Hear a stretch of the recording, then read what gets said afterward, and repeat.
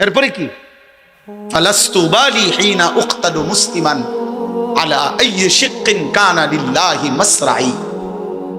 বুখারীর riwayat, নবী সাল্লাল্লাহু আলাইহি সাল্লামের বিখ্যাত সাহাবী হযরত খুবাইব ইবনে আদি, একজন সাহাবী খুবাইব রাদিয়াল্লাহু তাআলা আনহু, তানঈম নামক জায়গায় মক্কায়, মানে এখানে এখন যে মসজিদে আয়েশা বলে ইমাম সাহেব, এই মসজিদে আয়েশার পাশে হাজী সাহেবরা পরবর্তী উমরা গুলো যেখান থেকে করে আয়েশা মসজিদ কয়, এহরাম বাঁধে যেখানে, এই আয়েশা মসজিদের পাশের জায়গাটারই বলে তানঈম।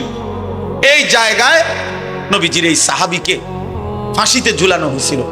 মক্কার কাফেররা হযরত খুবাইবকে যেদিন ফাঁসিতে ঝুলায়, সেদিন মক্কার নেতা আবু সুফিয়ান হযরত খুবাইবকে বলছিলেন, খুবাইব, ফাঁসির শেষ মুহূর্তে, ফাঁসির পূর্বক্ষণে তোমার জীবনের শেষ তামান্না কি? হযরত খুবাইব বলছিলেন, আমি 2 রাকাত নামাজ পড়তে চাই। তো রশি খুলে দিছে, উনি 2 রাকাত নামাজ পড়ছে। 2 রাকাত নামাজ পড়ে চোখের 1 ফোঁটা পানি ফেলে 2 হাত তুলে আল্লাহকে বলছে, আল্লাহ, আজ আমার জিন্দেগীর শেষ সেজদা। এই দুশ্মনরা ভাববে আমি মৃত্যুর ভয়ে দেরি করতেছি, যদি এটা না ভাবতাম তো আখিরি সেজদা আরো লম্বা করে দিতাম, আরো লম্বা করে দিতাম মাওলা। বাকি ওরা বলবে আমি মৃত্যুর ভয়ে দেরি করতেছি, এই জন্য ছোট করে ফেললাম। আল্লাহ, আমার আপনার কাছে আবদার, ওরা আমারে এখন ফাঁসিতে ঝুলাবে। আমার এই ফাঁসিতে ঝুলানোর এই দৃশ্য মক্কায়, নবীজি তখন মদিনায় হিজরত করে চলে গেছেন। হযরত খুবাইব বলছেন, আয় রব্বুল আলামিন, আমার শেষ তামান্না আমার মদিনার নবী যেন মদিনায় বসে আমার ফাঁসির দৃশ্য সরাসরি দেখতে পায়।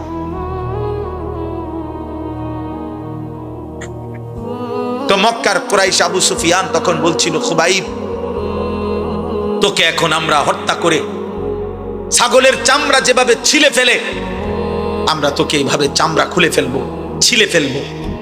এই তখন তিনি একটা কথা বলছিলেন, শুধু এইটাই বুখারীতে আছে, ফালাস্তু বালি হিনা উকতালু মুসলিমান।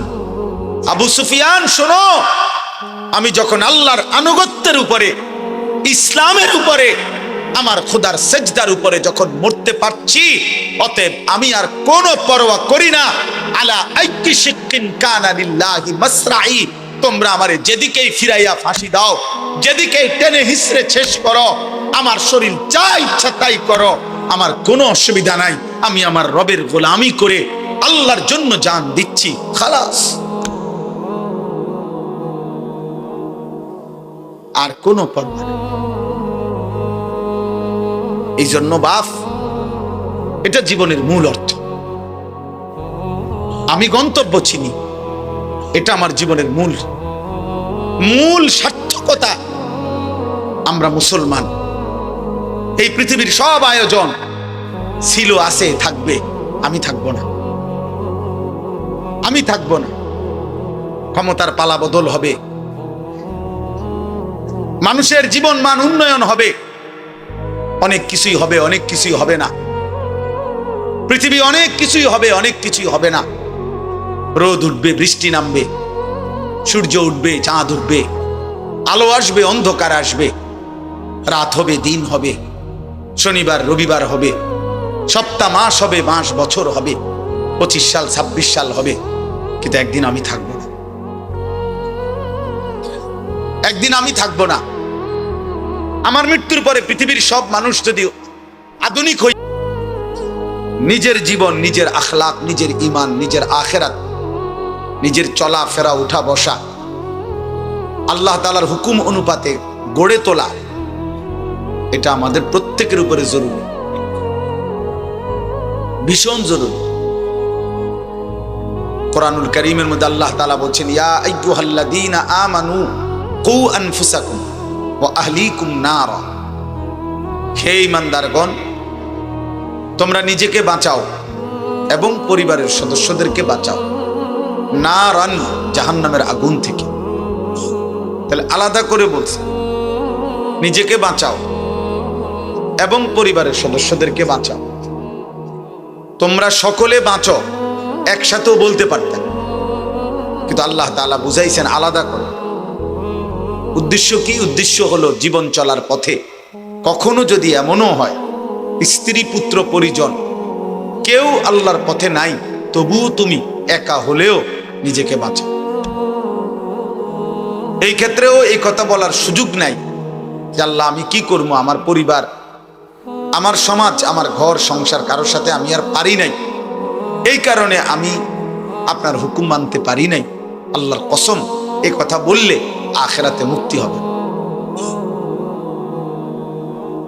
কোরআনুল কারীমের মধ্যে আছে সূরা নিসার মধ্যে, ফাকাতিল ফি সাবিলিল্লাহ লা তুকাল্লাফু ইল্লা নাফসাকা ওয়া হাররিদিল মুমিনিন। আমি সবাইকে অনুরোধ করছি, আপনি বুঝতে চেষ্টা করেন। ব্যক্তিগতভাবে বাপ, আমি আল্লাহর কথা এই জন্য শুধু বলতে চাই যে আমিও যেন বুঝি, আপনিও যেন বুঝেন, আমল করেন। কোনো পরিচিতি, সুখ্যাতি, জনপ্রিয়তা ব্যক্তিগতভাবে এটা আমার তেমন কোনো দরকার নেই। আমি কোনো প্রার্থীও না, আমার কোনো পদ পদবিও নাই, আমি কোনো মার্কাও পক্ষেও না বিপক্ষেও না, এটা বুঝিও না, আমার কোনো মার্কাও নাই।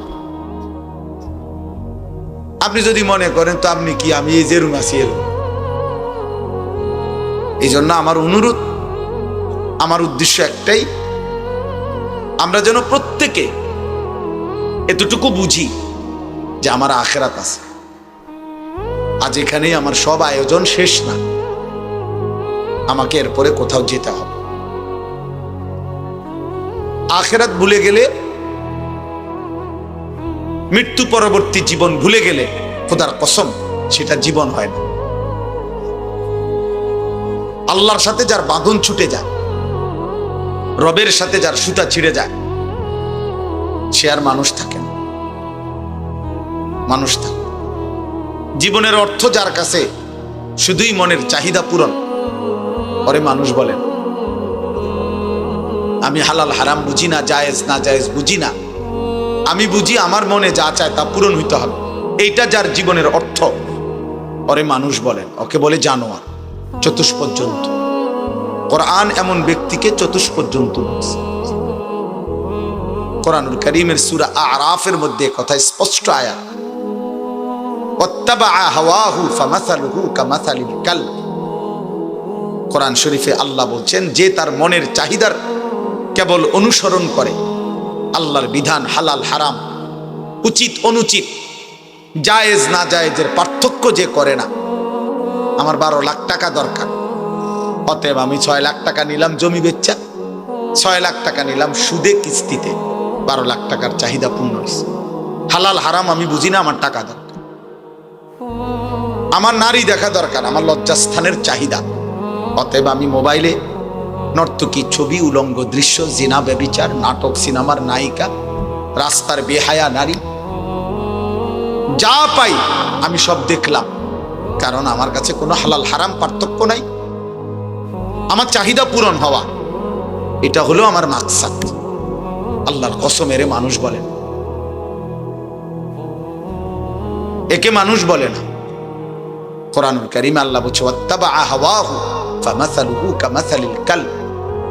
জীবন যার কাছে শুধু চাহিদা পূরণ, তার উদাহরণ কুকুরের মতো। কামাসালিল কালব, ওই জীবন কুত্তার জীবন, ওই জিন্দেগি কুত্তার জিন্দেগি, কুকুরের জীবন। সরাসরি কোরআন শরীফের আয়াত। অতএব জীবন যার কাছে শুধু চাহিদা পূরণ, সে ইনসান না, সে মানুষ। আল্লাহ তাআলা প্রয়োজন পরিমাণ আকল, বুদ্ধি, বিবেচনা, প্রয়োজন পরিমাণ প্রত্যেক জীব প্রাণীকে আল্লাহ দিয়েছে। আতা কুল্লা শাইইন খালকাহু সুম্মা হাদা, এটা কোরআনের আয়াত। প্রত্যেককেই দিয়েছেন। একটা কুকুর লাঠি আলগি দিলে হে কেমনে বুঝলো, হে দৌড় দিল কা? সে এটা বুঝলো কেমনে যে এই লাঠিটা আলগি দিলে, এটা দিয়ে বাড়ি দিলে আমার ক্ষতি হবে, তাহলে হে দৌড় দিল কা? বুঝা গেল, এটুকু বুঝ আল্লাহ তাআলা তাকে দিয়েছেন।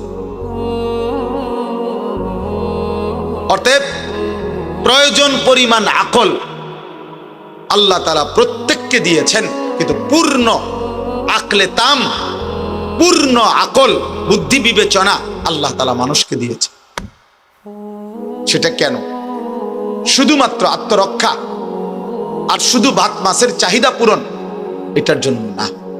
এতটুকু যদি হয় তো একটু ও গরু ছাগল কুকুর বিড়াল রে যেদূর দিছে বুদ্ধি বিবেচনা, এদূরে সাথে এদূর বুদ্ধি বিবেচনা নিয়ে তো গরু ছাগলও কুকুর বিড়ালও তো দুনিয়া ভোগ করে, খায়, ঘুমায়, পেশাব পায়খানা করে, লজ্জাস্থানের চাহিদা পূরণ করে।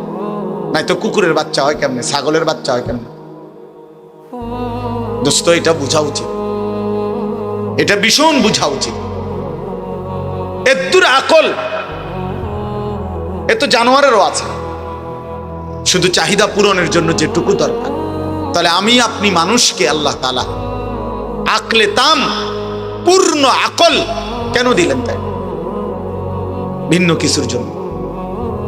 শুধু ভাতের চাহিদা, খাবারের চাহিদা, পেটের চাহিদা, শুধু ঘুম, শুধু উপার্জন, শুধু লজ্জাস্থানের চাহিদা পূরণ, এটুকু যার মাকসাদ, উদ্দেশ্য, ও মানুষ না হলেও চলতো,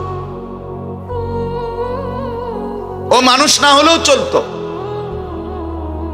এটুকুর জন্য মানুষের আকল দেওয়া দরকার ছিল না।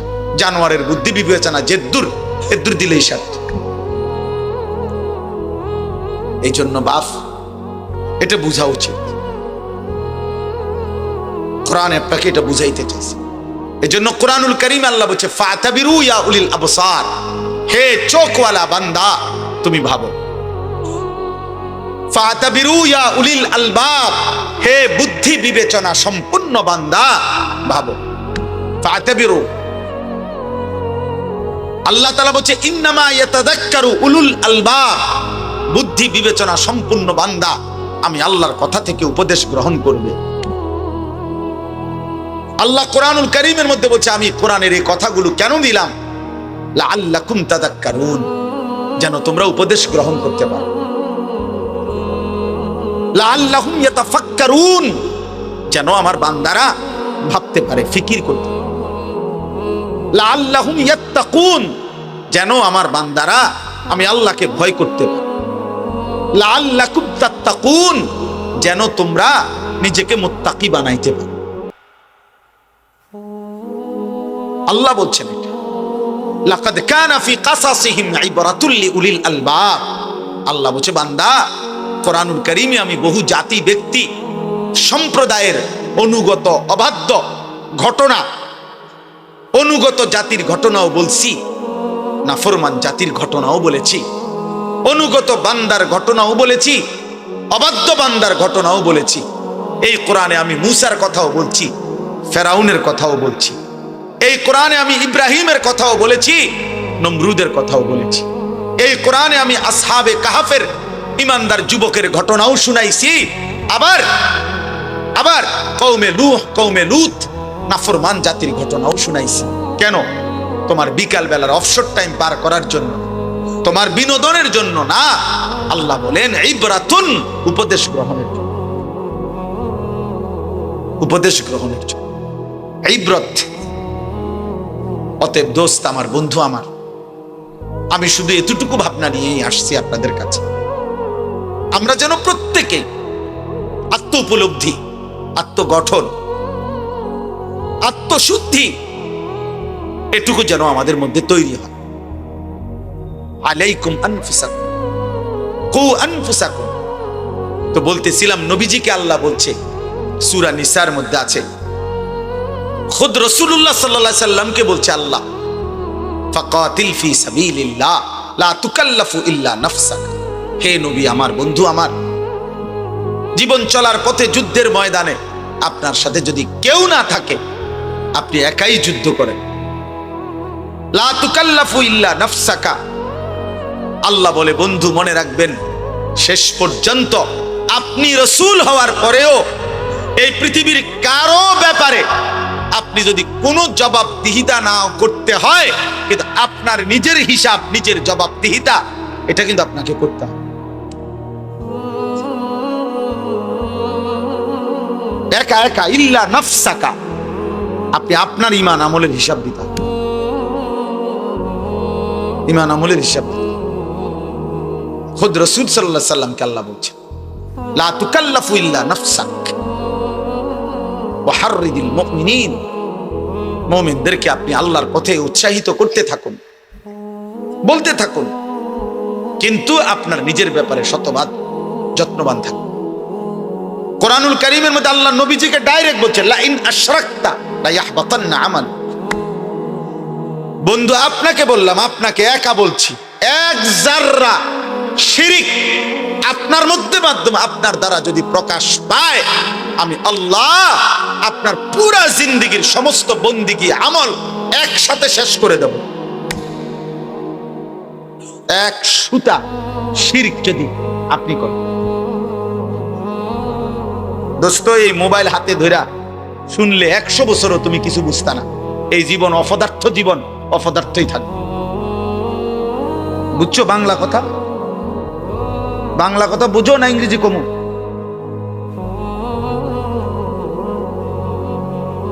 মোবাইলের এই আসক্ত জীবন কোনোদিন মঞ্জিল চিনাবে না, মাতাল ছাড়া আর কিছু বানায় না।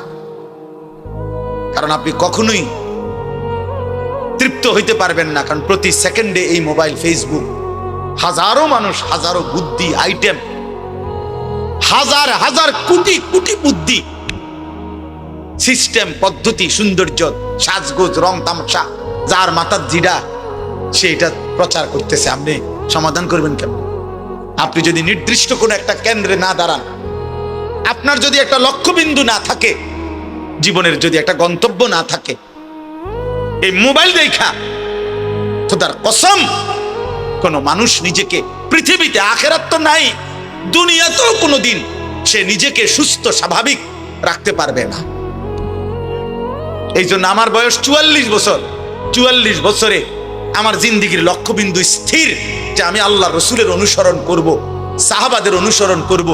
44 বছরে আর কোনোদিন জামা, চুল, দাড়ি, মোষ, চেহারা, জামা, পোশাক, কোনো কিছু খোদার কসম আমার আর বদলাইতে হয় নাই।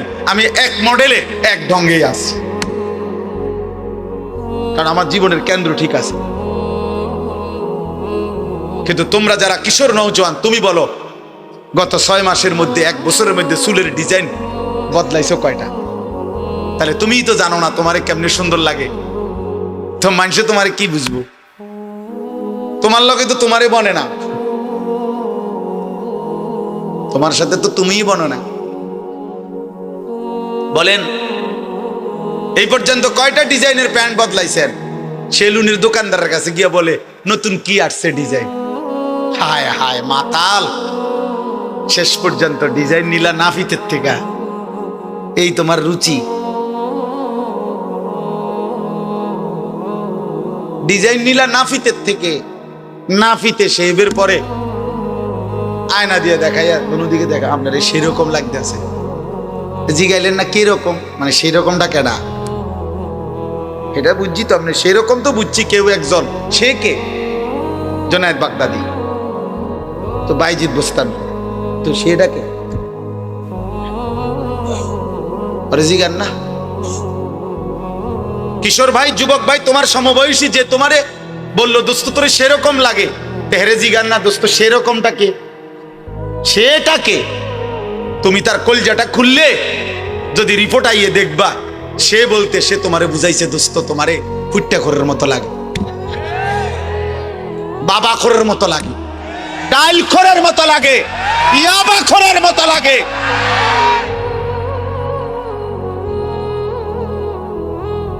হ্যাঁ হ্যাঁ, এটাই সত্য বেটা, এটাই সত্য। নাহলে কলজা ছিঁড়া তারে কইতে কও যে তুই আল্লাহরে সাক্ষী রেখা পশ্চিম দিকে ফিরে ক, সেরকম বলতে তুই আমার কারে বুঝাইছ? হে কৌক, হে কইব জুনায়েদ বাগদাদি, কি আনহর ভাই হেরে কইব? জীবনও বলবে না, জীবনও বলবে না বেটা। এই জন্য ভাইয়া জীবনের একটা কেন্দ্রবিন্দু থাকতে হয়,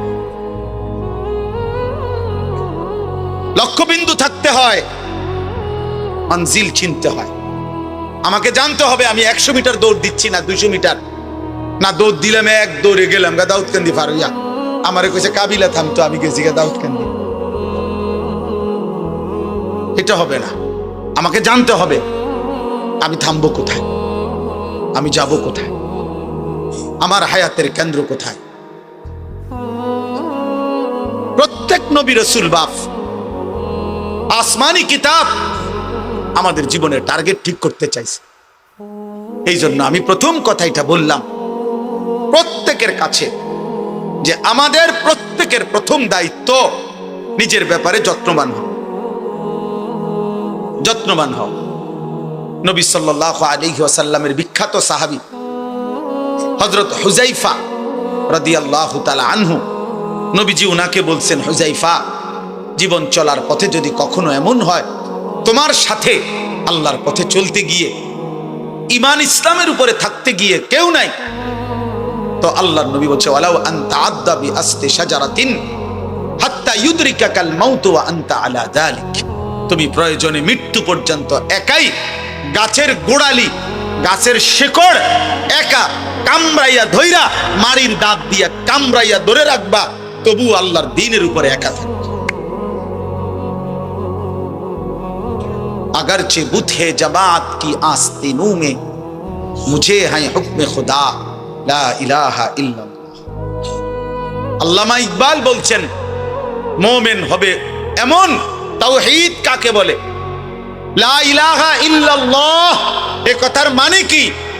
এই কথার মানে হলো মুমিন এটা বলবে, হে জাতি, হে পৃথিবী, যদি তোমাদের প্রত্যেকের হাতে একটা একটা মূর্তি থাকে, তোমাদের প্রত্যেকের বগলের নিচে একটা একটা মূর্তি থাকে, আমাকে যদি মূর্তির স্তূপের মাঝখানেও দাঁড় করায়, আমি সেখানে দাঁড়িয়েও বলবো লা ইলাহা ইল্লাল্লাহ। এটারে তাওহীদ, এটারে বলে ঈমান, এরে বলে মুমিন।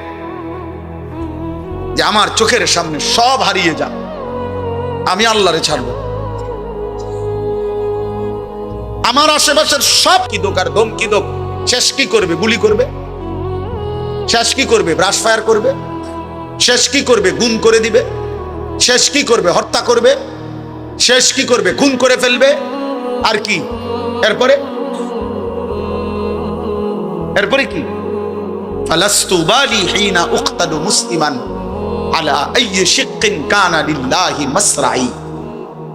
বুখারীর riwayat, নবী সাল্লাল্লাহু আলাইহি সাল্লামের বিখ্যাত সাহাবী হযরত খুবাইব ইবনে আদি, একজন সাহাবী খুবাইব রাদিয়াল্লাহু তাআলা আনহু, তানঈম নামক জায়গায় মক্কায়, মানে এখানে এখন যে মসজিদে আয়েশা বলে এনাম সাহেব, এই মসজিদে আয়েশার পাশে হাজী সাহেবরা পরবর্তী উমরাগুলো যেখান থেকে করে আয়েশা মসজিদ কয়, ইহরাম বাঁধে যেখানে, এই আয়েশা মসজিদের পাশের জায়গাটারই বলে তানঈম। এই জায়গায় নবীজির এই সাহাবীকে ফাঁসিতে ঝুলানো হয়েছিল। মক্কার কাফেররা হযরত খুবাইবকে যেদিন ফাঁসিতে ঝুলায়, সেদিন মক্কার নেতা আবু সুফিয়ান হযরত খুবাইবকে বলছিলেন, খুবাইব, ফাঁসির শেষ মুহূর্তে, ফাঁসির পূর্বক্ষণে তোমার জীবনের শেষ তামান্না কি? হযরত খুবাইব বলছিলেন, আমি 2 রাকাত নামাজ পড়তে চাই। তো রশি খুলে দিছে, উনি 2 রাকাত নামাজ পড়ছে। 2 রাকাত নামাজ পড়ে চোখের এক ফোঁটা পানি ফেলে 2 হাত তুলে আল্লাহকে বলছে, আল্লাহ, আজ আমার জিন্দেগীর শেষ সেজদা। এই দুশ্মনরা ভাববে আমি মৃত্যুর ভয়ে দেরি করতেছি, যদি এটা না ভাবতাম তো আখিরি সেজদা আরো লম্বা করে দিতাম, আরো লম্বা করে দিতাম মাওলা। বাকি ওরা বলবে আমি মৃত্যুর ভয়ে দেরি করতেছি, এই জন্য ছোট করে ফেললাম। আল্লাহ, আমার আপনার কাছে আবদার, ওরা আমারে এখন ফাঁসিতে ঝুলাবে। আমার এই ফাঁসিতে ঝুলানোর এই দৃশ্য মক্কায়, নবীজি তখন মদিনায় হিজরত করে চলে গেছেন।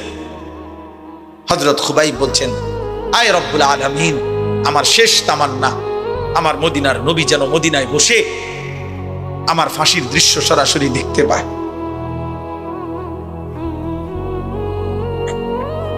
তো মক্কার কুরাইশ আবু সুফিয়ান তখন বলছিল, খুবাইব, তোকে এখন আমরা হত্যা করে ছাগলের চামড়া যেভাবে ছিলে ফেলে, আমরা তোকে এইভাবে চামড়া খুলে ফেলবো, ছিলে ফেলবো।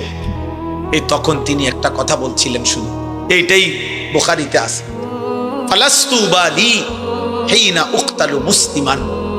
আবু সুফিয়ান শোনো, আমি যখন আল্লাহর আনুগত্যের উপরে, ইসলামের উপরে, আমার খোদার সেজদার উপরে যখন মরতে পারছি, অতএব আমি আর কোনো পরোয়া করি না। আলা আইকি শিক্কিন কানা লিল্লাহি মাসরাই, তোমরা আমারে যেদিকেই ফিরাইয়া ফাঁসি দাও, যেদিকেই টেনে হিসড়ে শেষ করো, আমার শরীর যা ইচ্ছা তাই করো, আমার কোনো অসুবিধা নাই। আমি আমার রবের গোলামি করে আল্লাহর জন্য জান দিচ্ছি, খালাস। আর কোনো পরোয়া নাই। এই জন্য বাপ, এটা জীবনের মূল অর্থ। আমি গন্তব্য চিনি, এটা আমার জীবনের মূল সার্থকতা। আমরা মুসলমান, এই পৃথিবীর সব আয়োজন ছিল, আছে, থাকবে। আমি থাকবো না, আমি থাকবো না। ক্ষমতার পালা বদল হবে, মানুষের জীবন মান উন্নয়ন হবে, অনেক কিছুই হবে, অনেক কিছুই হবে না। পৃথিবী অনেক কিছুই হবে, অনেক কিছুই হবে না। রোদ উঠবে, বৃষ্টি নামবে, সূর্য উঠবে, চাঁদ উঠবে, আলো আসবে, অন্ধকার আসবে, রাত হবে, দিন হবে, শনিবার রবিবার হবে, সপ্তাহ মাস হবে, মাস বছর হবে, 25 সাল 26 সাল হবে। কিন্তু একদিন আমি থাকবো না, একদিন আমি থাকবো না। আমার মৃত্যুর পরে পৃথিবীর সব মানুষ যদি আধুনিক হইয়া, উন্নয়ন হইয়া চাঁদের দেশেও চলে যায়, আমি তো নাই, আমি তো নাই, আমি তো নাই। অতএব আমি যদি আমার কবর ভুলে যাই, আখিরাত ভুলে যাই, আমি যদি আমার মৃত্যু পরবর্তী জীবন ভুলে যাই, আমি যদি আমার গন্তব্য ভুলে যাই, খোদার কসম আব্বা, ভুলে গেলেও তো মৃত্যু হবে, চোখ বন্ধ রাখলেও মৃত্যু হবে, সুখে থাকলেও মৃত্যু হবে। তাহলে যেই সত্য আমাকে গ্রহণ করতেই হবে, মৃত্যু, কবর, আখিরাত, আমি সেটা ভুলবো কেন? আমি সেটা ভুলবো কেন? চোখ বন্ধ করলেই তো ঝড় থামে না। অতএব না বুঝলেই যে মৃত্যু হবে না এমন তো না। মনে করেন তুফান আসতেছে, ঝড় বৃষ্টি আসতেছে, এখন কেউ যদি চোখ বন্ধ করে বলে, কই না, আমি তো কিছু দেখি না, তুফানও হচ্ছে না, বৃষ্টিও হচ্ছে না, কিছুই হচ্ছে না। না রে আব্বা, সব হচ্ছে, তুমি ইচ্ছা করে চোখ বন্ধ করে রাখছো, তুমি চোখ বন্ধ করে রাখছো। না না না। অতএব আমি আপনাদের কাছে বললাম, আপনারা অনেক সময় মনে করেন আমরা হুজুররা শুধু আখিরাতের কথা বলি, কবরের কথা বলি, আসমানের উপরে আর মাটির নিচের কথা বলি। না রে বাপ, আরো কথাও বলি। বাকি এই দুই কথা বলা অপরাধ, এই দুই কথা বলা ত্রুটি, এটা আপনারে বলছে কি? আপনি এটা কেমনি সিদ্ধান্ত নিছেন যে আসমানের উপরের কথা বলাটা অসুন্দর আর মাটির তলের কথা কওয়াটা অসুন্দর, অযৌক্তিক? এটা আপনারে কে বলছে? আপনি বলেন। একজন ডাক্তারকে কেন জিজ্ঞেস করেন না, আপনি যা জীবন এই প্যারাসিটামল লই এই তো ফুরা রইলেন, জীবনটা তো শেষ করে দিলেন। আপনি তো কোনোদিন একটা বিল্ডিং এর প্ল্যানিং দিলেন না, ইঞ্জিনিয়ার রে কেন বললেন না আজীবন এই ইট বালু সিমেন্ট নিয়া ফুরা রইলেন? আপনি যে আর কোনোদিন একটা প্যারাসিটামল লিখলেন না? আমার এক পরিচিত লোক আছে, আমি দেখছি উনারে, আমি মনে 2-4-5 বছর দেখছি উনারে টানা। ওনার 2 হাতে 2টা মোবাইল, উনি এই জমির ব্যবসা করে, হাউজিং। আমি যত সময় উনারে দেখছি, মোবাইল 2টা হাতে নিয়ে উনি এটা একবার রিসিভ করে, জি জি 400, 400, একটু ডাইনে ডাইনে ডাইনে ডাইনে, বামে বামে, জি জি 600, 600, 600, ফুবি দিয়া ফুবি দিয়া, মানে কোন জানি বুঝাইতে আছে 400, 600, 200 এই কথা। জিন্দিগি 400 আর 600 উপরে শেষ, হায়াত শেষ। আখিরাত, আখিরাত। এই জন্য বাপ, কোরআনুল কারীমের মধ্যে আল্লাহ বলছে, কুল ইয়াতাওয়াফাকুম মালাকুল মাউতিল্লাযী বুক্কিলা বিকুম সুম্মা ইলা রাব্বিকুম তুরজাউন।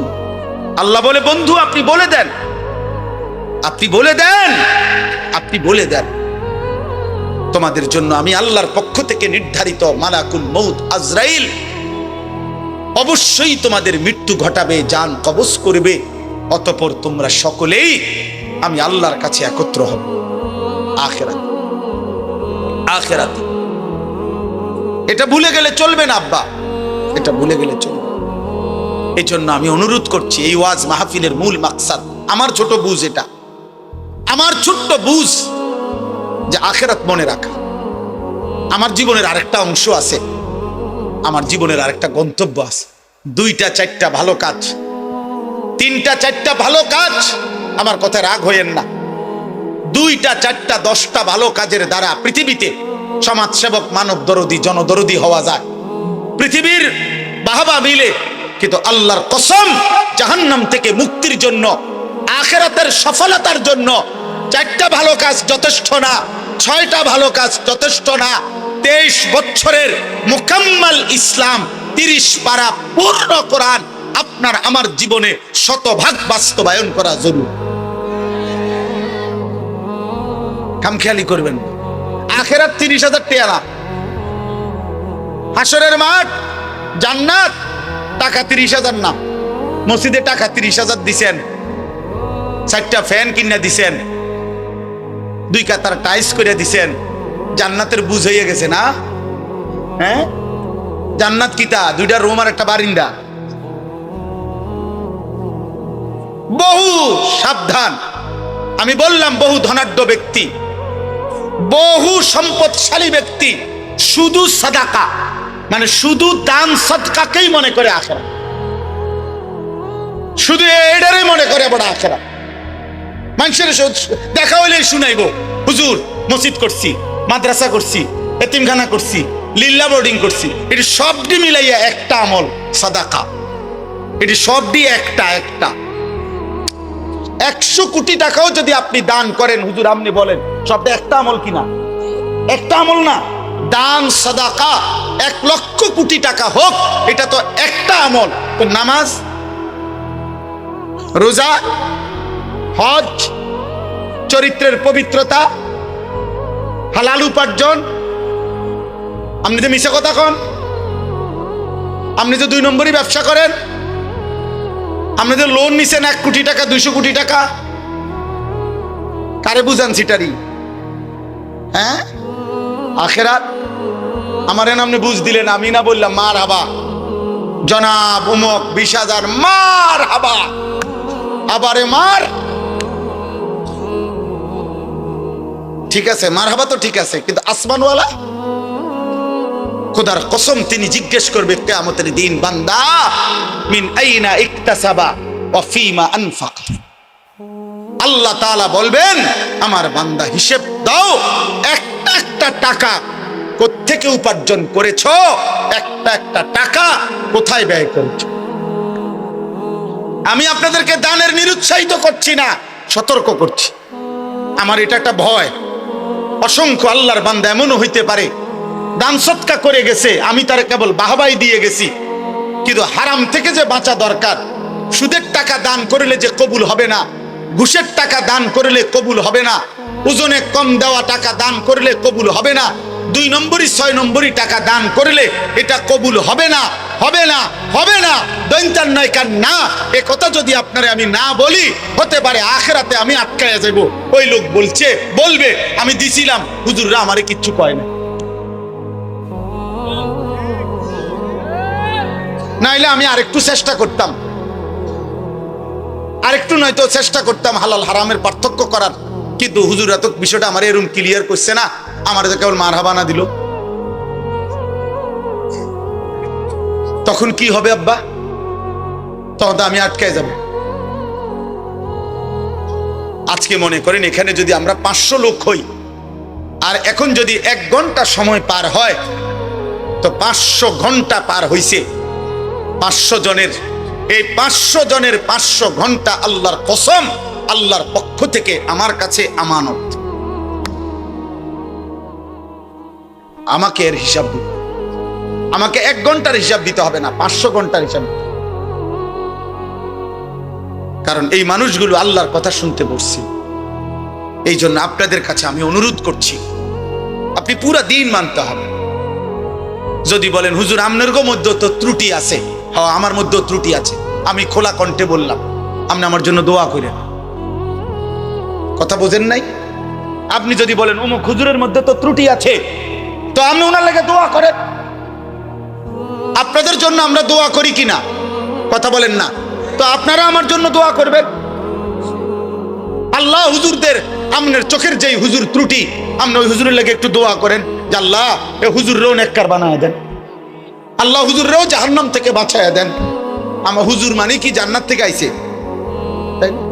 হুজুর হিসাব দিতে হবে না? আখেরাতে হিসাব দিতে হবে কিনা বলেন? অতএব বাপ, এই কোন রকম খামখেয়ালি করা যাবে না। আখেরাত খামখেয়ালি না আব্বা। 1-2টা ভালো কাজের নাম আখেরাত। পুরা দিন মানা। সমস্ত গুনাহ আপনি ছাড়তে হবে, সমস্ত আমল আপনি করতে হবে। আপনি মুসলমান, আপনি মুমিন, আমি মুসলমান, আমি মুমিন। আমাকে সমস্ত গুনাহ ছাড়তে হবে, সমস্ত গুনাহ ছাড়তে হবে। আজ কি পরিমাণ মুসলিম যুবক মাদকাসক্ত, আজ কি পরিমাণ মুসলিম যুবক নারী নিয়ে ব্যস্ত। 16 বছরের ছেলে, 18 বছরের ছেলে, আপনি খবর লাগান, চোখের চেহারার দিকে তাকায় দেখেন, এই বড় মোবাইলে এই পরিমাণ নর্তকী আর উলঙ্গ ছবি দেখে ফেলছে। আমার মনে হয় না বিগত 60 বছরের কোনো বয়স্ক লোক 60 বছরও যদি টানা টেলিভিশন দেখা থাকে, উনি 60 বছরে যত নারী দেখে নাই, 3 দিনে মুসলমানের অগণিত কিশোর যুবক মোবাইলের এই সুযোগ পেয়ে উলঙ্গ নারী যে পরিমাণ দেখছে। এটা আব্বা, এটা দুষ্টামি না, এটা অসভ্যতা। দুষ্টামি আমরাও করছি ছোটবেলায়, আমাদেরও ছোটবেলায় আমগরে কইতো দুষ্টামি করস কি। জোহরের খানা আমরা আসরের সময় খাইছি, মামু দম দিছে, তুই বেশি দুষ্ট হয়ে গেছ, কোন টাইম ধরে তোরে ডাকতেছি ভাত খাইতি, আয়স্তা কেন। এটা ছিল দুষ্টামি। হাডুডু খেলতে নামছি, খেলার মাঠ থেকে উঠা আসি নাই তো মামা দাদা দমক দিয়ে আনছে, সাইকেল চালাইতে দিছে, সাইকেল চালাইছি লম্বা টাইম। পুকুরের পারে বট গাছ আছিল, বট গাছের মধ্যে একটা ডাল পুকুরের দিকে নামানো ছিল, বারবার গিয়া লাফাই ওটার থেকে পানির চাপ দিয়ে পড়ছি আর ডুবাইছি। এটারে বলতো দুষ্টামি। আমগো আমলের দুষ্টামি ছিল, এটারে বলতো রে আব্বা। সাইকেল বেশি চালাইছি, দুষ্টামি করছি, এটা বলতো। কিন্তু তোমরা তো আব্বা আজকের কিশোর নওজোয়ান, তোমরা তো দুষ্টামি করছো না, তোমরা তো অসভ্যতা করছো। এটা তো দুষ্টামি না, সারা রাত দিন মোবাইলে উলঙ্গ ছবি দেখা, নর্তকী দেখা, জিনার ব্যভিচারের দৃশ্য দেখা, উলঙ্গপনা দেখা, এটা দুষ্টামি না, এটা চরিত্রহীনতা, এটা লাম্পট্য, এটা অসভ্যতা, এটা বেহায়াপন, এটা বেহায়াপন। বিবাহ বহির্ভূত ছেলে মেয়ে, নারী পুরুষ, সহপাঠী আর সহকর্মী অথবা আপনজন কিংবা আত্মীয় স্বজন, খোদার কসম বিবাহ বহির্ভূত ছেলে মেয়ে নারী পুরুষের যেই কোনো রকমের শাহওয়াত, আসক্তির যত সম্পর্ক, যেটাকে আপনারা ভালোবাসা বলেন, যেটাকে প্রেম বলেন, যেটাকে রিলেশন বলেন, শব্দ যত ভদ্রচিতই বলেন, আল্লাহর কসম বিবাহ বহির্ভূত সহপাঠী সহকর্মী, সমবয়সী হোক আর যাই হোক, ছেলে মেয়ে নারী পুরুষের যাবতীয় হারাম সম্পর্ক, এটা জিনা, এটা ব্যভিচার,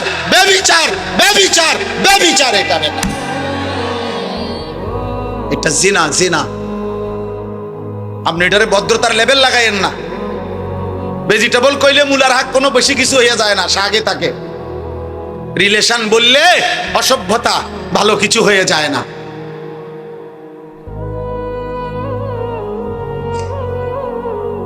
অতএব এটা জরুরি। আমি হাদিস বলি, আল্লাহর নবী সাল্লাল্লাহু আলাইহি সাল্লাম বলেন, মান জানা ওয়া শারিবাল খামরা নাযা আল্লাহু মিনহুল ঈমান কামা ইয়াখলাউল ইনসানু আল কাবিসা মিন রাসিহি। আত-তাফসীরুল মুনীর, আরবি ভাষার বিখ্যাত তাফসীর, নির্ভরযোগ্য হাদিস এটা। সনদ সহি এটা। আল্লাহর নবী সাল্লাল্লাহু আলাইহি সাল্লাম বলেছেন, আহা, যে ব্যক্তি ব্যভিচার করে, জিনা করে এবং মদ পান করে, নবীজি বলছেন আল্লাহ তাআলা তার দিল থেকে, তার কলিজা থেকে, তার অন্তর থেকে ঈমান এভাবে টেনে বের করে ফেলে, মানুষ তার গায়ের পোশাক দেহ থেকে যেমন খুলে ফেলে।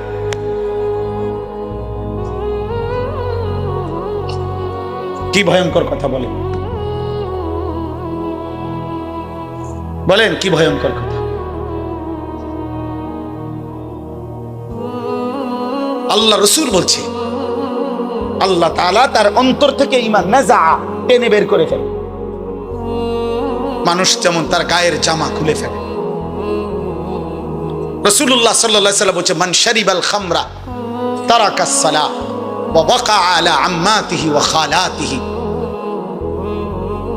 আল্লাহ, যে মদ পান করে, নেশাখোর, মদখোর, গাঁজাখোর, ফুট্টাখোর, বাবাখোর, ডাইলখোর, ইয়াবাখোর, হারামখোর, আল্লাহ রসুল বলছে তার নামাজ ছুটে যায়। সবচেয়ে জঘন্য কথা নবী বলছে, এই মদখোর, নেশাখোর, নাফরমান অচিরেই তার আপনজন, মামি, চাচি, ফুফি, খালা, চাচাতো, মামাতো, ফুফাতো, খালাতো বোন, এমন নিকটাত্মীয়ের সাথে জিনা, ব্যভিচার করতে উদ্যত। এই জন্য প্রত্যেক নেশাখোর ব্যভিচারী, প্রত্যেক ব্যভিচারী নেশাখোর। এই তিন জিনিস এক খতিয়ানে তিন দাগ। যেখানেই মদ সেখানেই নারী, সেখানেই গান বাদ্য। যেখানেই নারী সেখানেই মদ, সেখানেই গান। যেখানেই গান বাদ্য সেখানেই মদ, সেখানেই নারী। এই তিন জিনিস, মদ, নারী, গান, এক খতিয়ানে তিন দাগ।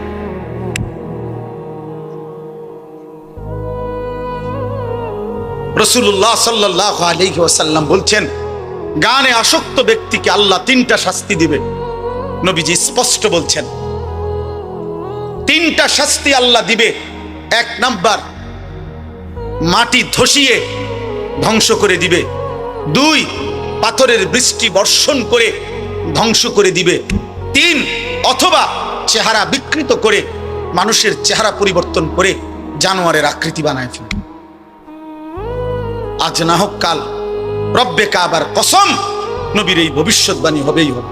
মুহাম্মদ আরবি সাল্লাল্লাহু আলাইহি সাল্লাম, তার কোনো কথা ভুল হয় নাই, হবেই হবে। এটা আজ না হোক কাল হবে।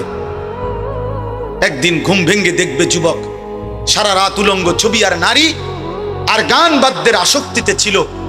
কোন এক প্রজন্ম আইসা দেখবে হয়তো ঘুম থেকে জেগে মানুষের চেহারা কুকুর শুকরের চেহারা হয়ে গেছে। চেহারা বিকৃত করার সব মহড়া চলতেছে আব্বা।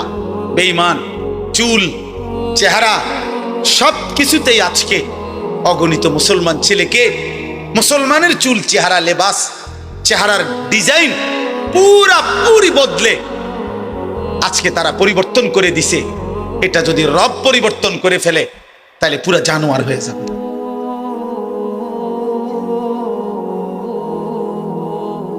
হ্যাঁ, এই জন্য আমি স্পষ্ট বললাম, আখিরাতের জন্য সবগুলো গুনাহ ছেড়ে দিতে হবে। আমিও আপনিও। জাহান্নাম থেকে বাঁচতে হলে, জাহান্নাম আব্বা খামখেয়ালি না, এই বাপ, জাহান্নাম খামখেয়ালি। ইয়াউমা তুকাল্লাবু ওয়ুজুহুহুম ফিন্নার ইয়াকুলুনা ইয়া লাইতানা আতা'না আল্লাহ ওয়া আতা'নার রাসূলা। আল্লাহ বলে, বান্দা, জাহান্নামের মধ্যে নাফরমানদের চেহারাগুলো দুনিয়ার উত্তপ্ত কড়াইয়ের তেলের মধ্যে যেভাবে মাছ এই পিঠ ওই পিঠ চাপ দিয়ে দিয়ে ভাজি করে, আল্লাহর কসম আল্লাহ বলে জাহান্নামের চেহারা জাহান্নামের আগুনে ফেরেশতারা এইভাবে উলট পালট করে পোড়াইতে থাকবে। ইয়াকুলুনা ইয়া লাইতানা আতা'না আল্লাহ ওয়া আতা'নার রাসূলা।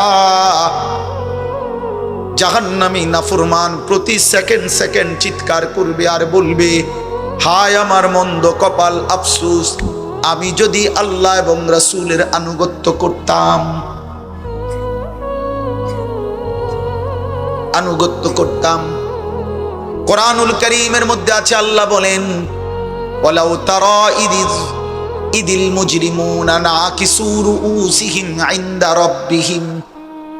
আল্লাহ বলে বন্ধু, হাসরের ময়দানে দেখবেন নাফরমান পাপী লজ্জায় অপমানে মাথাটা নুয়ে আমি আল্লাহর সামনে দাঁড়িয়ে থাকবে আর বলবে রব্বানা আবসারনা ওয়া সামি'না ফারজি'না না'মাল সালিহান ইন্না মুকিনুন। নাফরমান বলবে, আল্লাহ আজ হাসরের ময়দানের সব কিছু আমি নিজ চোখে দেখলাম, ওয়া সামি'না আমি নিজ কানে শুনলাম, ইন্না মুকিনুন আজ আমি হাসরের সব কিছু বিশ্বাস করলাম। ফারজি'না না'মাল সালিহান, মাওলা আমারে আর একটা বার হাসরের ময়দান থেকে দুনিয়ার জীবনে ফেরত পাঠান, এবার যদি আমি যেতে পারি না এক আমল করব। আল্লাহ বলবে, না বান্দা, আমি তো চাইলে দুনিয়াতেই বাধ্য করে জাহান্নাম দেখিয়ে আযাবের এক ফোঁটা চিহ্ন দুনিয়ায় থাকতে দেখাইয়াও আমি ইচ্ছে করলে তোমার আনুগত্য নিতে পারতাম। ওয়ালাউ শি'না লাআতাইনা কুল্লা নাফসিন হুদাহা, আমি তো চাইলে পারতাম বান্দা, পারতাম। আমি যদি দুনিয়ার জমিনে এখন কাউকে এক সেকেন্ডের জন্য জাহান্নামের এক নজর দেখাইতাম, তাইলে তো আর কোনোদিন নামাজ ছাড়তা না। আমি যদি কবরের আযাবের এক দৃশ্য যদি এক সেকেন্ডের জন্য দেখাইতাম, তাইলে তো আর কোনোদিন আমার বন্দিগি ছাড়তা না। আল্লাহর নবী বলেন, ইমানদার কোন নাফরমানের লাশ যখন খাটিয়ার মধ্যে করে কাঁধে তুলে নিয়ে যখন কবরস্থানের দিকে নিয়ে যায়, আল্লাহর কসম নবী বলেন, উম্মত যদি একবার নাফরমানের একটা চিল্লানি যদি তোমরা শুনতা, তাইলে এই কায়নাতের কেউ কোনোদিন কোনো মানুষকে কাঁধে তুলে নিয়ে লাশের খাটিয়া কবরস্থানে নিত না। কোনো লাশ আর দাফন হতো না, লাশগুলো রাস্তার মধ্যে কুত্তার শুকর বিলাই কামড়ায়া খাইত।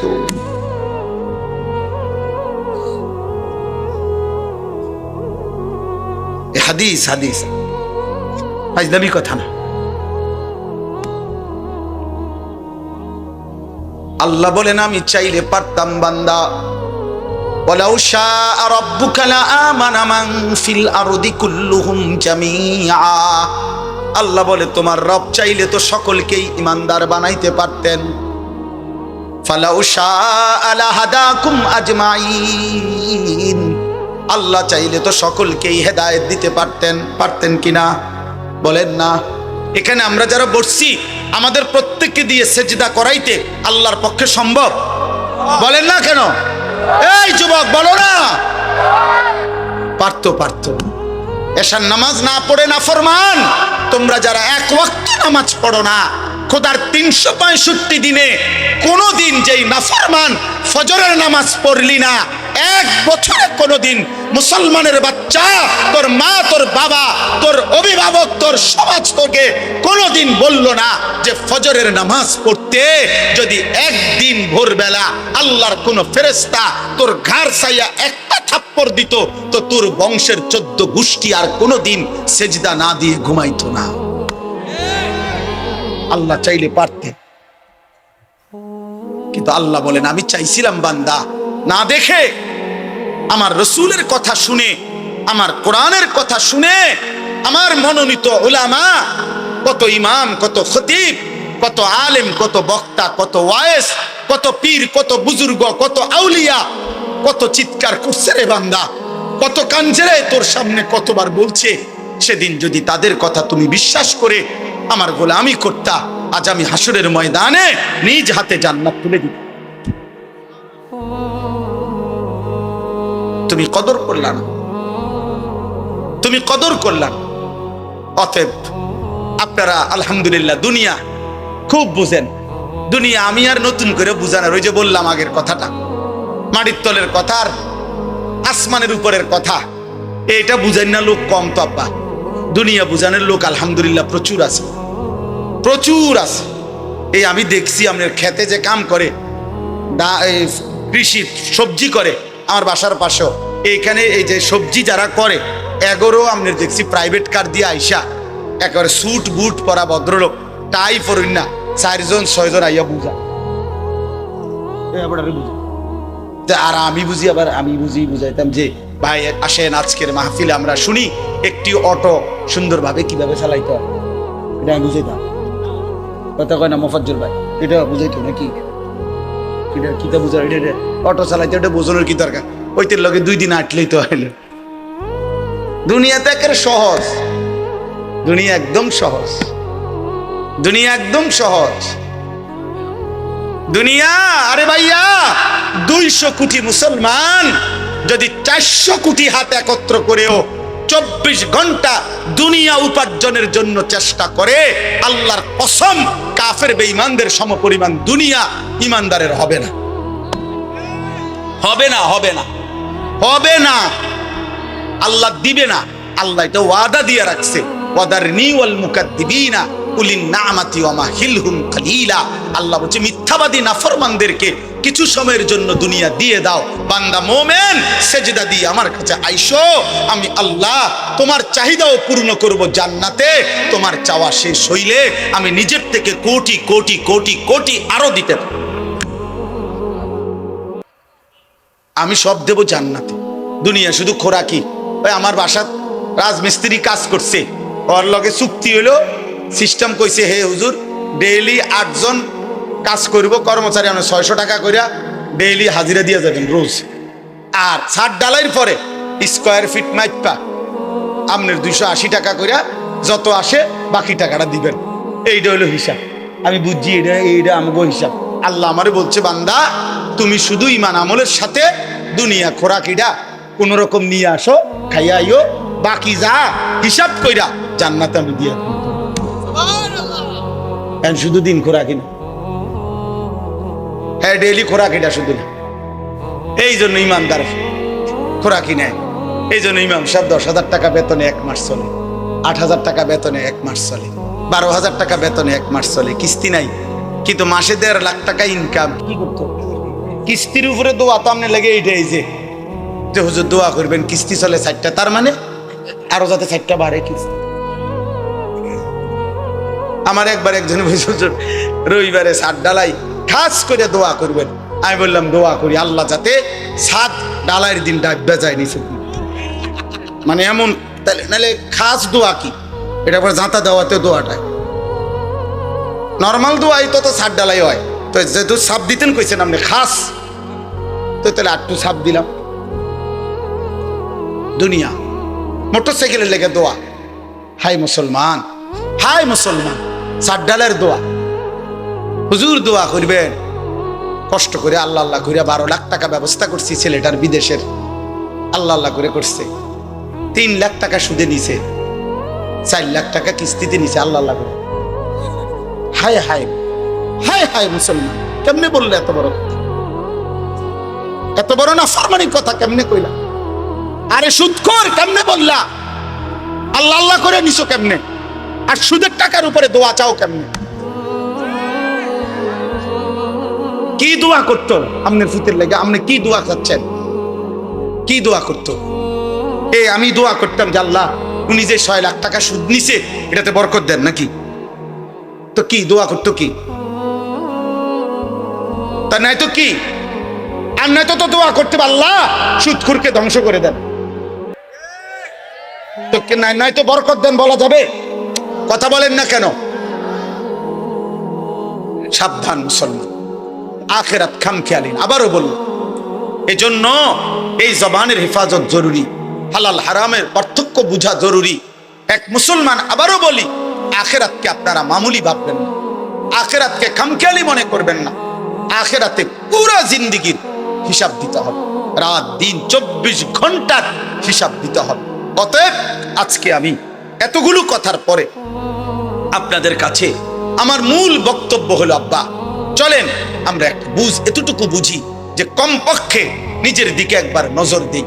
আমি আপনি যে যেখানে আসি 30টা সেকেন্ড, প্রত্যেকে একবারে 30 সেকেন্ড সময় আপনি একটু চোখ বন্ধ করে অথবা আপনার বিবেক দিয়ে আপনি ভাবেন, আমরা যারা এখানে বসা এখন যে অবস্থানে বসে আছি, চোখ বন্ধ করে বা 30 সেকেন্ড নীরবে ভাবেন তো যে অবস্থায় আছি, এই অবস্থায় আমাদের জীবনের গুনার পরিমাণ বেশি নাকি নেকির পরিমাণ বেশি? কি মনে হয়? তাইলে এখান থেকে যদি হাসরের ময়দান হয়, মালিকের সামনে দাঁড়াইয়া কেমনি হিসাব দিব? কেমনি হিসাব দিব? আপনি কি মরবেন না? আপনাকে কি খবরে যাইতে হবে না? এই কথাটাই আমি মনে করাই দিলাম। আমার ছোট্ট বুঝে আমি এতটুকু বললাম। আল্লাহ তাআলা বলছে, বান্দা এবার যদি মনে করে থাকো তোমার গুনার পরিমাণ বেশি, তাইলে তুমি অন্য কোথাও গিয়ে লাভ নাই। আমি আল্লাহ তোমাকে আশ্বস্ত করতে চাই, গুনাহ যদি তোমার আসমান পরিমাণ হয়, গুনাহ যদি তোমার সমুদ্রের ফেনা পরিমাণ হয়, গুনাহ যদি তোমার হিমালয় পর্বত ছুঁয়ে যায়, গুনাহ যদি তোমার এই জমিনের বালুকণা পরিমাণও হয়, তুমি অন্যদিকে যাইও না। তুমি যদি শুধু বুঝতে পারো, অনুভব করতে পারো, তোমার ভিতরে যদি উপলব্ধি আসে আমার গুনাহ বেশি, আর আমার এই গুনাহ আমার জাহান্নামে নিবে, আর জাহান্নামের আগুন আমি সহ্য করতে পারবো না, খোদার কসম আল্লাহ বলেন এদিক সেদিক না গিয়ে বান্দা তুমি আমার দিকে ফিরে আসো, আমার রহমত থেকে নিরাশ হইও না। আমি ওয়াদা করলাম, আমি আল্লাহ এক সাগর নয়, আমি হাজার সাগর, এক পৃথিবী নয়, আমি আসমান ছোঁয়া গুনাহ একবারে একসাথে মাফ করে দেব। তুমি আমার কাছে আসো। এই কথাইটাই এখানে 24 নম্বর পারা 39 নম্বর সূরা, সূরা জুমার, এই সূরার 53 নম্বর আয়াত। আমি আপনাদের কাছে 3টা আয়াত পড়ছি, 53, 54, 55, এই 3টা আয়াতের তর্জমা বলেই আমার কথা আমি শেষ করলাম। আল্লাহ তাআলা বলেন, কুল, হে নবী আপনি বলেন, ইয়া ইবাদিয়াল্লাযীনা আসরাফু আলা আনফুসিহিম, হে আমার বান্দারা, তোমরা যারা নিজের উপরে গুনাহ করতে করতে সীমা অতিক্রম করে ফেলেছো, গুনার পাহাড় উঠায় ফেলছো, তোমরা নিজের উপরে যারা জুলুম করে ফেলেছো, তোমরা যারা জীবনটাকে শেষ তছনছ করে ফেলছো। হাদিসের মধ্যে, তাফসীরের মধ্যে আছে, নবীজির কাছে কয়েকজন লোক এসে বলছিল, হে মুহাম্মদ, আমরা তোমার কালেমা গ্রহণ করতে চাই, কিন্তু তুমি কি জানো যে আমাদের গুনাহ কি পরিমাণ? আমাদের গুনাহ কি পরিমাণ? হয়তো তোমার আন্দাজও নাই। মুহাম্মদ, আমরা শুধু শিরিক করেছি এমন না, আমরা মূর্তি পূজা করেছি এমন না। তাফসীরে কুরতুবীতে স্পষ্ট লিখছে, নবীজিকে তারা বলছে, হে মুহাম্মদ, চুরি করছি কি পরিমাণ? হিসাব নাই। জিনা করেছি কি পরিমাণ? হিসাব নাই। মদ পান করেছি কি পরিমাণ? হিসাব নাই। খুন করছি কি পরিমাণ? হিসাব নাই। জীবনটা শেষ করে দিছি গুনায় গুনায়, আজ আর কোনো হিসাব করেও কুলাইতে পারবো না, এত বেশি পরিমাণ গুনাহ আমাদের। তো বলছে, মুহাম্মদ, তুমি যে বলছো আল্লাহ মাফ করে দিবে, কিন্তু মাফ তো করবে বুঝি, কিন্তু আমরা যে পরিমাণ গুনাহ করেছি আমাদের মনে হয় তোমার আল্লাহ এত বেশি পরিমাণ গুনাহ মাফ করবে না। গুনাহ যে আমাদের অনেক বেশি। তুমি আরেকবার তোমার আল্লাহকে জিজ্ঞেস করো, ওনারে বলতে কও, উনি আমগো কি পরিমাণ গুনাহ মাফ করে দিবে। মহান আল্লাহ পাক এই আয়াত তখন নাজিল করছেন। আল্লাহ বলছে, বন্ধু আমার বান্দাদেরকে বললেন, বলেন, হে আমার বান্দা, তোমার গুনার সংখ্যা তুমি হিসাব না করে আমার মাগফিরাতের দিকে তাকাও। গুনাহ তোমার যে পরিমাণ হোক, আমার মাগফিরাত তার চাইতে কোটি কোটি গুণ বেশি, কোটি কোটি গুণ বেশি। ইয়া ইবাদিয়াল্লাযীনা আসরাফু আলা আনফুসিহিম লা তাকনাতু মির রাহমাতিল্লাহ, আমার রহমত থেকে নিরাশ হইও না, আমার কাছ থেকে সরে যাইও না বান্দা। আর কোথাও আশ্রয় মিলবে না, আর কোথাও মাফ মিলবে না, আর কোথাও গন্তব্য হবে না, আর কোথাও ঠিকানা মিলবে না রে বান্দা। ইন্নাল্লাহা ইয়াগফিরুয যুনুবা জামিআ, নিশ্চয়ই আল্লাহ সমস্ত গুনাহ মাফ করে দিবেন। আল্লাহ বললেন, বন্ধু ওদেরকে বলেন, কুফর আমি মাফ করে দেব, শিরিক মাফ করে দেব, কবিরা গুনাহ মাফ করে দেব, সগীরা গুনাহ মাফ করে দেব, বিদআত মাফ করে দেব, মুনাফিকি মাফ করে দেব, সব মাফ করে দেব। ইন্নাহু হুয়াল গফুরুর রাহিম, কেন মাফ করব না? আমি আল্লাহ গফুর, ক্ষমাশীল, রাহিম, দয়াবান। এবার আল্লাহ বলে, বান্দা তবে শোনো, তাহলে যদি তুমি সিদ্ধান্ত নাও আমার কাছে আসবা, আমি মাফ করব, তা এখন কি করতে হবে তোমাকে? আল্লাহ বলেন, তোমাকে 2টা কাজ করতে হবে। ওয়া আনিবু ইলা রাব্বিকুম, তোমাকে 1 নাম্বার ইরজিউ, আমার কাছে ফিরে আসতে হবে। তুবু, তাওবা করতে হবে। 1 নাম্বার ইনাবাত, আই রুজু আই তাওবা, অর্থ হলো তুমি তওবা করো, তওবা করো, তওবা করো, তওবা করো। বান্দা আমার কাছে আসো, আমার কাছে তওবা করতে হবে। কি করতে হবে বলেন, সবাই বলেন না, কি করতে হবে? তওবা কিভাবে করে? তওবা কিভাবে করে? আমার শায়েখ আল্লামা মুফতি মুশতাকুন নবী কাসিমি, আমি একটা জিনিস দেখাই দিই।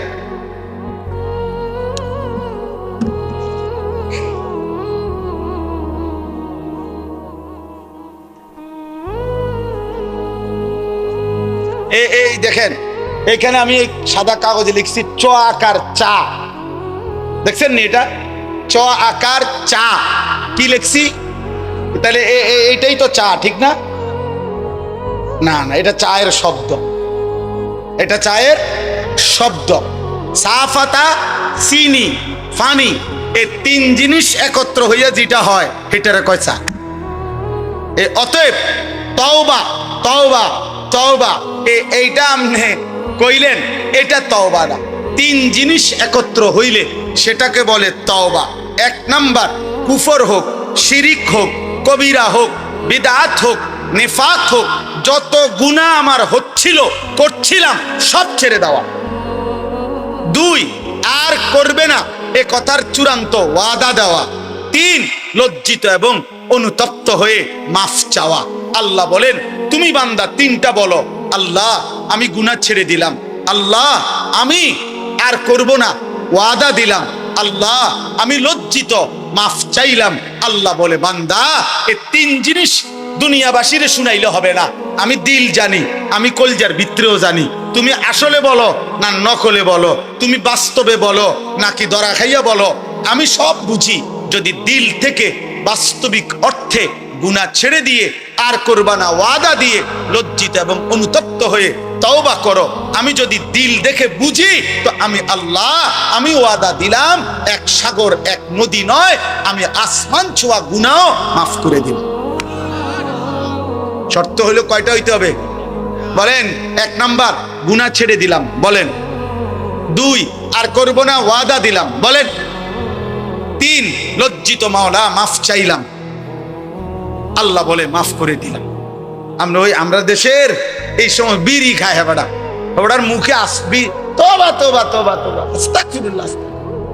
কিও দেশটাত কি শুরু হইলো? এই আমনে যেটি খাইতে আছেন এটি শুরু হয়েছে। আর হেবাডা তওবা করে, তওবা।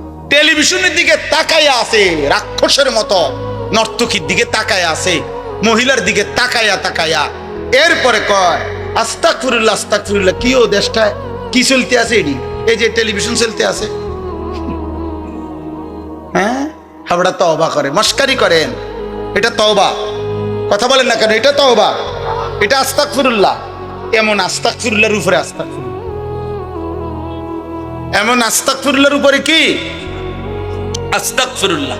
এই জন্য আমাদের করাচি হযরত কুতবে আলম আরিফ বিল্লাহ হযরত মাওলানা শাহ হাকিম মোহাম্মদ আখতার রাহমাতুল্লাহ আলাইহি, তিনি এটা বলছিলেন একবার। অর্থাৎ হজ্জের সফরে যাইতেছেন, বিমানের ফ্লাইটে ওনার সাথের হাজি এহরাম পরা, তো হজরতের সাথে বসা, তো যাইতেছে আর কি। তখন তো বিমানের মধ্যে যেই মহিলারা আপনার বিমানের কাজ করে, আপনার এয়ার হোস্টেস যেগুলো, এরা তো এদের কাপড় চোপড় তো অল্প অল্প, কোম্পানি দুর্বলের কারণে দুইজনে মিললে একজনেরটা পরে, কথা বুঝছেন? এটা কোম্পানির সামর্থ্য কম, এই জন্য। তো এই এই মহিলাদের দিকে তাকাইয়া তাকাইয়া তাকাইয়া হাজি সাহেব, ওই হজরতের সাথের হাজি সাহেব, ও বেখেয়ালে কইতেছে আর কি, আস্তাগফিরুল্লাহ আস্তাগফিরুল্লাহ। হজরত দেখছেন এগুলোর কাপড় চোপড়ের কি হালাত? তে হজরত তখন বলছে, হ্যাঁ ভাই, তেরি আস্তাগফিরুল্লাহ পর আস্তাগফিরুল্লাহ, তোমার আস্তাগফিরুল্লাহর উপরে আস্তাগফিরুল্লাহ। পহলে তো নজর হটাও, ফির আস্তাগফিরুল্লাহ পড়ো। আগে তো চোখ সরাও, বেড়ির দিকে চাইয়া রইছো, আবার কবে আস্তাগফিরুল্লাহ আস্তাগফিরুল্লাহ। ये कौन सा আস্তাগফিরুল্লাহ? এটা কিসের আস্তাগফিরুল্লাহ? এটা নিয়ে আস্তাগফিরুল্লাহ আমনে। তাইলে মূলত কি, গুনাহ ছেড়ে দিলাম, আর করব না, ওয়াদা দিলাম, লজ্জিত অনুতপ্ত হয়ে মাফ চাইলাম। ওয়া আসলিমু লাহু মিন ক্বাবলি আন ইয়াতিয়াকুমুল আযাবু সুম্মা লা তুনসারুন। আল্লাহ বলে প্রথম হলো তওবা করো, 2 নাম্বার হলো এখন থেকেই, আজকের থেকেই যেদিন তওবা করলা, যেদিন বুঝলা, সেদিন থেকেই আমার আনুগত্য শুরু করে দাও। এখন থেকে আর পিছনের গুনাহ আর করবা না, আমার হুকুম ছাড়বা না। আজই নামাজ শুরু করো, আজকেই শুরু করো, আজকেই শুরু করো, আজকেই শুরু করো। আল্লাহ তৌফিক দান করেন। আল্লাহ বলে বান্দা এই 2 কাজ, তওবা করো এখন, আনুগত্য আমার ইবাদত শুরু করো এখন। মৃত্যু আসার আগে আগেই, মৃত্যু আসলে আর তোমাকে সাহায্য করা হবে না, আর সাহায্য করা হবে না। তৃতীয় আয়াতে আল্লাহ বলেন ওয়াত্তাবিউ আহসানা মা উনসিলা ইলাইকুম মির রাব্বিকুম মিন ক্বাবলি আন ইয়াতিয়াকুমুল আযাবু বাগতাতাও ওয়া আনতুম লা তাশউরুন। আল্লাহ বলেন আবারও বলছি, আমি যেই শ্রেষ্ঠতম কিতাব কোরআন নাজিল করেছি, আমার কোরআন মৃত্যু আসার আগে আগেই আনুগত্য করো। হঠাৎ মৃত্যু আসবে যা তুমি টেরও পাবে না, অতএব তার আগে আগেই বান্দা তুমি আমার কোরআন ধরো, আমার দ্বীন ধরো, আমার আনুগত্য করো, আমার বন্দিগি করো। আমার ভাই, আমার বন্ধু, এই নাজিরা বাজার যুব সমাজের এই ভাইরা, ও আমার অনেকক্ষণ আবদার করছে, একটা ডেট আমি মিলাইতে পারতেছিলাম না, আল্লাহর দয়া এতটুকু সুযোগ হয়েছে। আমার অনেক প্রিয় ভাই মাওলানা আমাদের মুফাজ্জল ভাই, প্রিয় ভাই বলছেন, এই জন্য আমি এটুকু সময় আপনাদের কাছে বললাম। ইনশাআল্লাহ আরো হযরত উলামায়ে কেরাম ধারাবাহিক আপনাদের মাঝে বয়ান করবেন। উঠাউঠি না করে আপনারা আর একটু বসেন, একসাথে মুহতারাম মেহমানদের কথা শুনে, আলেমদের আরো বয়ান শুনে এরপরে যাবেন। আর আমার শেষ কথা, কিশোর ভাই, যুবক ভাই, দোস্ত, এই পৃথিবী তোমারে মনে রাখবে না রে আব্বা। তুমি সেজদা দাও, ফজরের নামাজ পড়ো, আখিরাত ভুলো না। আব্বা তোমারে দুনিয়া মনে রাখবে না। কোনো পাপী, কোনো নাফরমানকে পৃথিবী শ্রদ্ধার সাথে স্মরণ করে না। নাফরমানের নাম টিকে না, নাফরমানের নাম থাকে না। ফেরাউনের নাম পৃথিবীর কোনো কুত্তার নামও কেউ রাখে না। নমরুদের নাম পৃথিবীর কোনো কুত্তার নামও কেউ রাখে না। আবু জেহেলের নাম পৃথিবীর কোনো কুত্তার নামও কেউ রাখে না। আবু লাহাবের নাম কোনো কুত্তার নামও কেউ রাখে না। এজন্য দোস্ত, নাফরমানের নাম থাকে না, নাফরমান শ্রদ্ধার সাথে স্মরণ হয় না। ঈমানওয়ালা, সেজদাওয়ালা, বন্দিগিওয়ালা, মানুষের কল্যাণ, মানুষের সেবা, আখিরাতের ফিকির যার মধ্যে, সে দুনিয়াতেও টিকে থাকে, সে আখিরাতেও টিকে থাকে। আল্লাহ আমাদেরকে তৌফিক দেন, আল্লাহ আমাদেরকে কবুল করেন। আজকের এই তাফসীরুল কোরআন মাহফিল আগামী দিনেও আরো সুন্দর ইন্তজামের সাথে করার তৌফিক আল্লাহ দান করেন। আমিন, আমিন। উঠেন না, উঠেন না, মেহমানদের কথা শোনেন, উঠেন না ভাই। আলহামদুলিল্লাহ।